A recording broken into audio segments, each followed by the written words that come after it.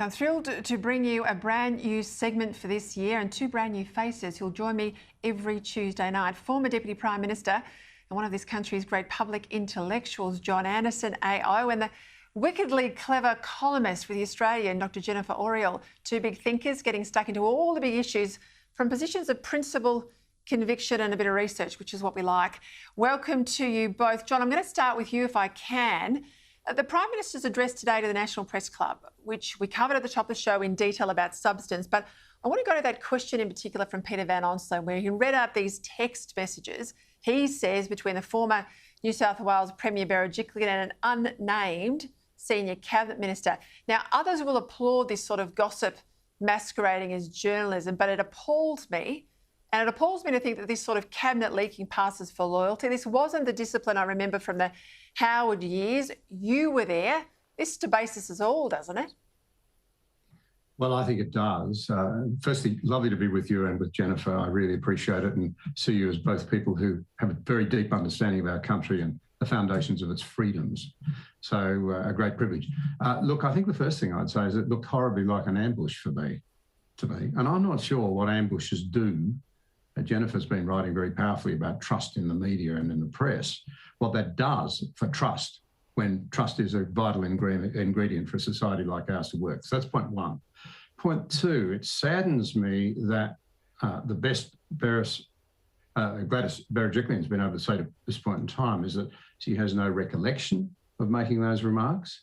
Point three is the question of loyalty to the PM, if indeed a senior Liberal did make those unfortunate remarks. But point four, credit where credit is due.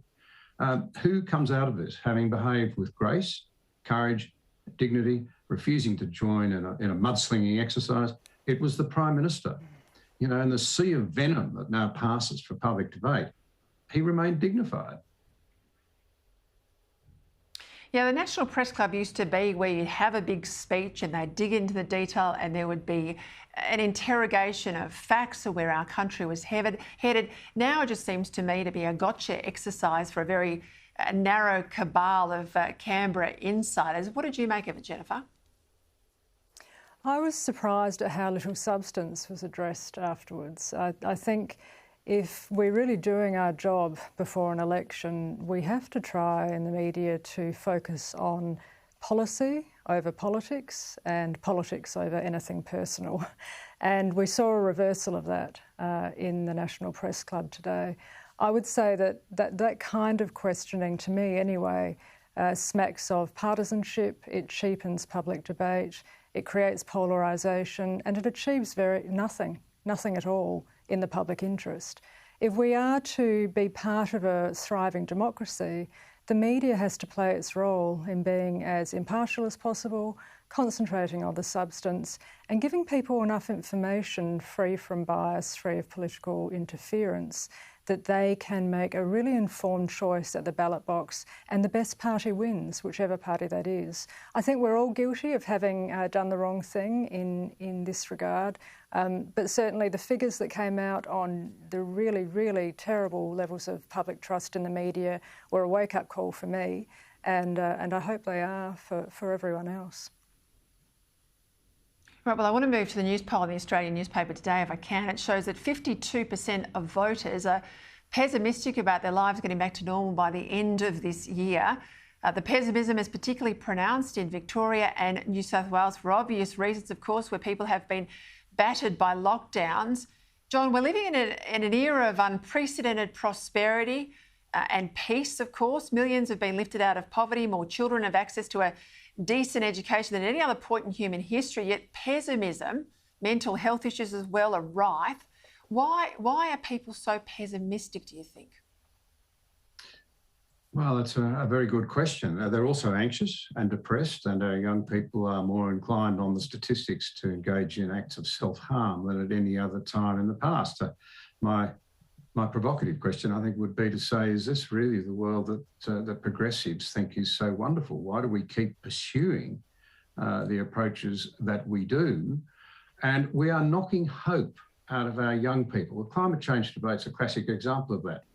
If it presents challenges that need to be tackled and overcome, you'll only do it with verve and enthusiasm and with hope. But if, on the other hand, it's also depressing that we now read endlessly of young men doing things like having vasectomy so they never bring children into this terrible, terrible world, one wonders what we're living for.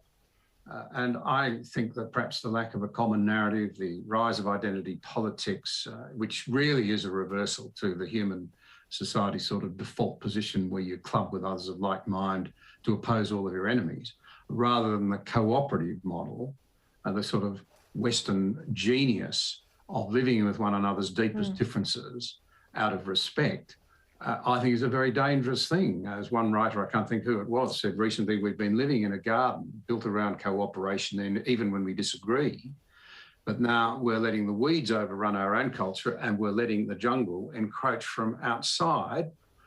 Maybe G.K. Chesterton had something when he said, the better way to live, according to the good book, is to love your enemy and love your neighbour, even when they're the same people. But we don't do that now. If you dare to disagree with me, I'll slaughter you. And we're seeing a lot of that venom now. We've just been talking about the National Press Club today, and Jennifer's written a brilliant piece about it. What it's doing is destroying trust. And without trust, the chance for cooperation and moving forward together is blown out of the water.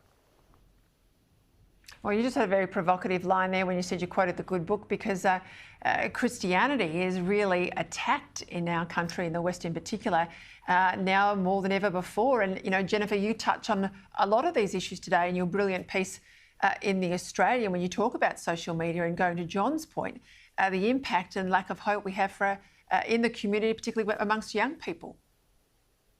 I think one of the great problems is the loss of the teaching of the continuous history of civilisation.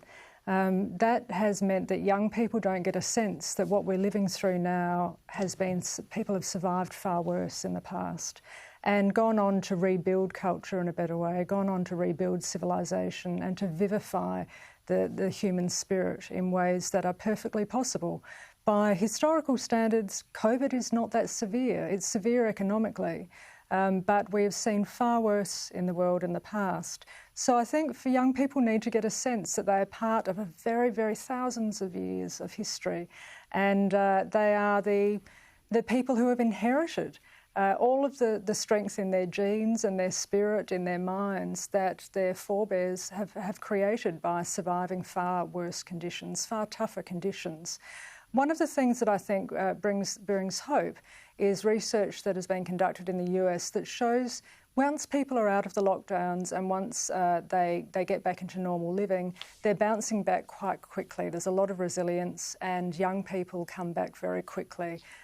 So I would say have hope, know that things will get better, and you're part of a very, very long tradition of survivors and battlers.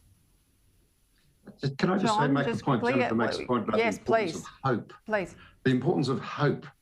You know, and this is one of the great problems we have, I think, Jennifer, again, this brilliant piece that I think we're going to talk about in a moment that you've written on trust in journalism, the constant gloom and negativity destroys hope. It leaves people with nowhere to go. And I think that's a really serious problem for us.